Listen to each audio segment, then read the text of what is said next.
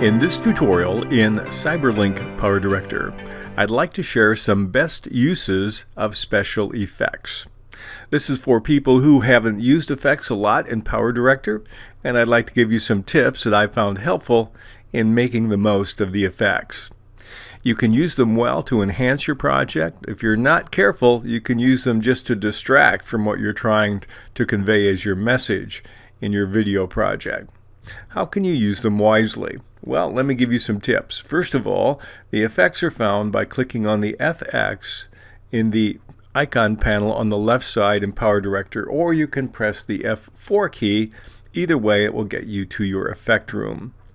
And when you're in your effect room, you're going to see some examples of the effects, and whichever one you highlight, you'll see on the preview screen on the right.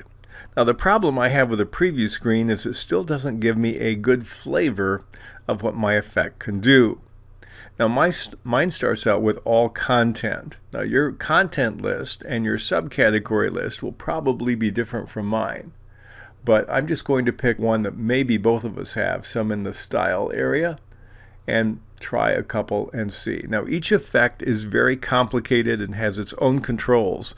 We could spend a tutorial on each one of them. So what we're going to do here is just give a sample representation. Now, there are two ways to bring an effect into your project.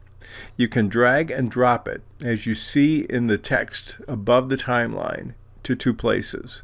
First of all, you can drag it onto the clip, or you can drag it onto the FX timeline that you see here. Now, what's the difference? If I drag it onto the clip, let's do that with this fine noise, you notice I have the icon telling me that the effect is there, and it affects every single frame of that entire clip. It doesn't touch any other clip at all. Now, once I have the effect applied, I can click on the button called Effect, and I can work on some editing. Now, each effect has different controls. This one simply has a noise control. The default is 64, and I can increase it, and now you see we have a grainier picture when I go all the way up to the top. And you notice it affects only this clip. What do you want to do if you want to remove an effect from a clip? You've put it there and you've said, oh, I don't really like that. With it checked in the little white box on the left, hit the minus key, and that will subtract it. You notice my icon is gone. So that's the easy way to add it or remove it. Let's try another effect, only this time I'm not going to put it on the clip, I'm going to put it on the effect track. I'll take my black and white and drag it down and put it on the FX track. And now you notice on my preview screen, my clip has gone to black and white. But watch what happens when I move my time indicator. When I'm off of the effect track, it's back to color. So here you see that the effect, when you put it on this track, will impact only the duration of the effect. And you can click on the effect at any time, and you can stretch it out manually by using the mouse to drag to the left or drag to the right. Or you can click on the clock and you can specify the number of minutes, seconds, and frames that you want the effect to last. Let's change this one to, say, 45, and now it's longer. So there are two ways to modify the duration of an effect.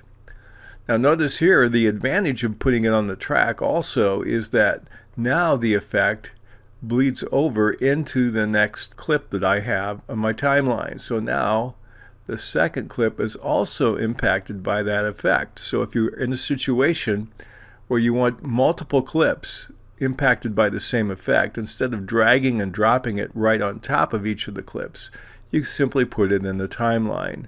And for whatever duration you have in the timeline, that effect will impact the video that's directly above it in the traditional stacking order.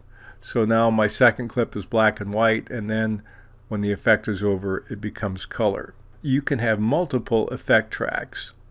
There's only one by default, but if you right-click anywhere in your track system, you can click on the Add Tracks. And you notice that in the more recent versions of PowerDirector, you can add as many effect tracks as you want. So you're not limited to the one that's served by default. So I could actually say I want 0 video clips and 0 audio clips, and let me add 2 effect tracks. And now when I scroll down in my timeline area, I see that I've got 2 more effect tracks if I need them. And so you can add or delete anytime it works out for you in CyberLink PowerDirector. Another technique you can apply to an effect is you can keyframe it. I'm going to take a blur effect and drag and drop it down on our effect track. Then I'll lengthen the duration of it a bit. And then we're going to click on the Modify button to modify the effect. We see that we have a blur and we have a certain kind of a gradient. There's mask and box type. We won't go into all the features, but I just want to focus on the degree of the blur in this case. You notice that there is a keyframe button and a reset button. Reset will turn it to the default, which is what you see right now. Let's look at the degree of blur. Right now it's at 5, and I can turn it so it's very, very high at 40, or I can turn it actually down to 0 where there's no blur. The effect is though it weren't there at all. What I want to do is keyframe it. We have separate lessons on keyframing, and we'll direct you to that, but what we'd like to do is just give you an example. Here are all the options I have. All of these controls are on the left side that we just saw separately. What I'm going to do is I'm going to move my time indicator over to the left, and here's our time code right below our preview, and I'm just going to click on degree. Now right now the degree is set to 0. I'll move over a little bit, click on the diamond for another time code, and we notice we're at 2 seconds and 17 frames. It's still 0. I'm going to move over a little bit more, and now we're going to increase the degree of the blur just a little bit, maybe to a 3. Move over a little bit. We'll click another diamond, and that will keep it at 3, so it will stay at 3 for a bit. Now we're going to do a super blur here, go all the way up to maximum of 40. And so now I've been able to take the effect and change some of its characteristics over time, which is what keyframes do.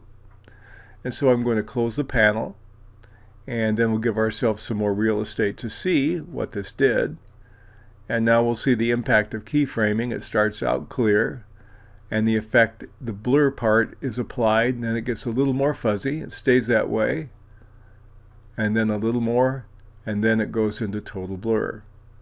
So you can do that with all of the features of all of the different kinds of effects that you have in CyberLink PowerDirector. We'll give you a lot more in slow detail about how to do that in future lessons. This gives you just a preview of the kinds of things you can do. So an effect isn't either all on or all off. You can modify it over time if you choose to do that. The most important technique I'd like to have you go away with is understanding you can apply effect either directly to a clip or to a track, and there are advantages and disadvantages of doing both.